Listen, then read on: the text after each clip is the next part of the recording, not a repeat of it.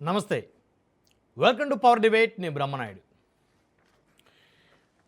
ఇక విజయవాడ కృష్ణలంకలో సంచలనం రేపినటువంటి rowdy sheeter Gade Sai Krishna lockup death కేసుకు సంబంధించి ప్రధాన నిందితుడిగా ఆరోపణలు ఎదుర్కొంటున్నటువంటి మాజీ కృష్ణలంక సర్కిల్ ఇన్స్పెక్టర్ నాగరాజుకి ప్రాణహాని ఉందనేటువంటి అంశం చర్చనీయాంశంగా మారింది. ఆయన తనకు ప్రాణహాని ఉందని కోర్టులో చెప్పినట్టు కొన్ని పత్రికలు సైతం రాసినటువంటి పరిస్థితి. సిఐ నాగరాజుకి ఎందుకు ప్రాణహాని ఉంటుంది? ఎవరు నాగరాజుని చంపాలనుకుంటారు? అంటే దీని వెనక ఏదైనా వ్యూహం ఉందా? నాగరాజు కావాలని తప్పించుకునేటువంటి ప్రయత్నంలో భాగంగా తనకు ప్రాణహాని ఉందని కోర్టుకు చెప్పారా? లేకపోతే గాదే సాయి కృష్ణ లాకప్ డెత్ వెనక ఇంకెవరైనా పెద్దలు ఉన్నారా? 35 రోజుల తర్వాత ఆ లాకప్ డెత్ వ్యవహారం వెలుగులోకి వచ్చినటువంటి పరిస్థితి. అంటే ఒక పోలీస్ స్టేషన్లో లాకప్ డెత్ జరిగి ఆ బాడీని కూడా దహనం చేస్తే నగర కమిషనర్కి తెలియకుండా ఉంటుందా?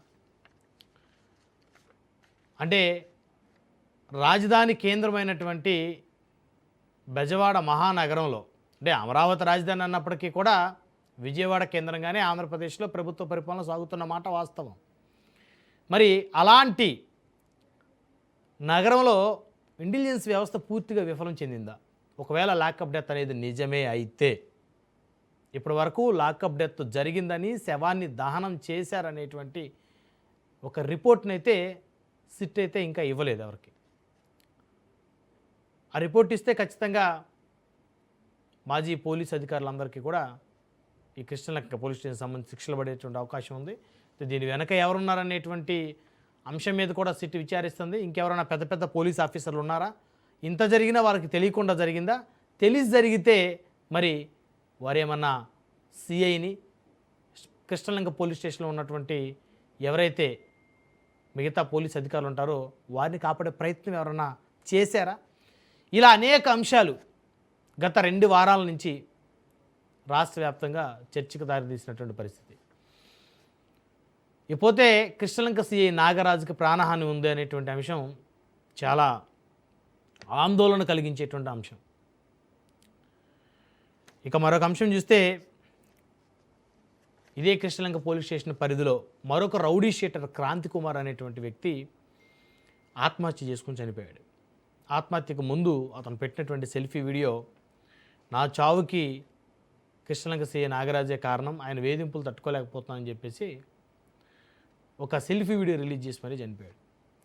అయితే మాజీ ముఖ్యమంత్రి వైఎస్ జగన్మోహన్ రెడ్డి క్రాంతి కుమార్ కుటుంబ సభ్యులను కూడా ఆయన పరామర్శించారు. అయితే అంతకుముందు గాదే సాయి కృష్ణ కుటుంబ సభ్యులను పరామర్శించారు కృష్ణలంక వెళ్ళి.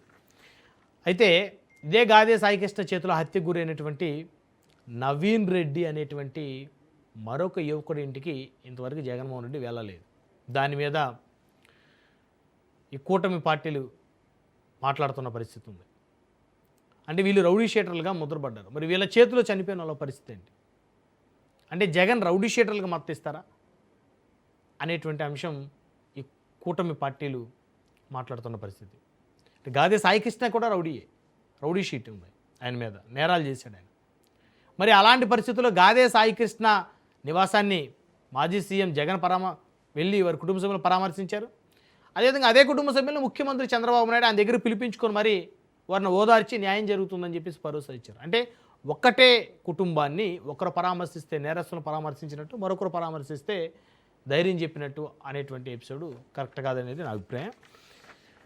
ఇక ఆంధ్రప్రదేశ్ రాజధాని అమరావతిపై మరొకసారి చర్చ మొదలైంది. వైకాపా అధినేత మాజీ ముఖ్యమంత్రి రాజధాని ఎపిసోడ్ని మళ్ళీ తెర మీదకు తీసుకొస్తూ ఉన్నారు. ఎందుకంటే రాజధాని మావిగన్ అనేటువంటి, అంటే మచిలీపట్నం, విజయవాడ, గుంటూరు కారిడార్ని ఆయన రాజధానిగా మరి పెట్టాలని ప్రభుత్వాన్ని సూచించారు. తమ ప్రభుత్వం అధికారంలోకి వస్తే మావిగన్నే రాజధాని అనేటువంటి ఒక నినాదాన్ని మాజీ సీఎం మరి ఆయన తెర మీదకు తీసుకొస్తున్న పరిస్థితి కనపడతా ఉంది.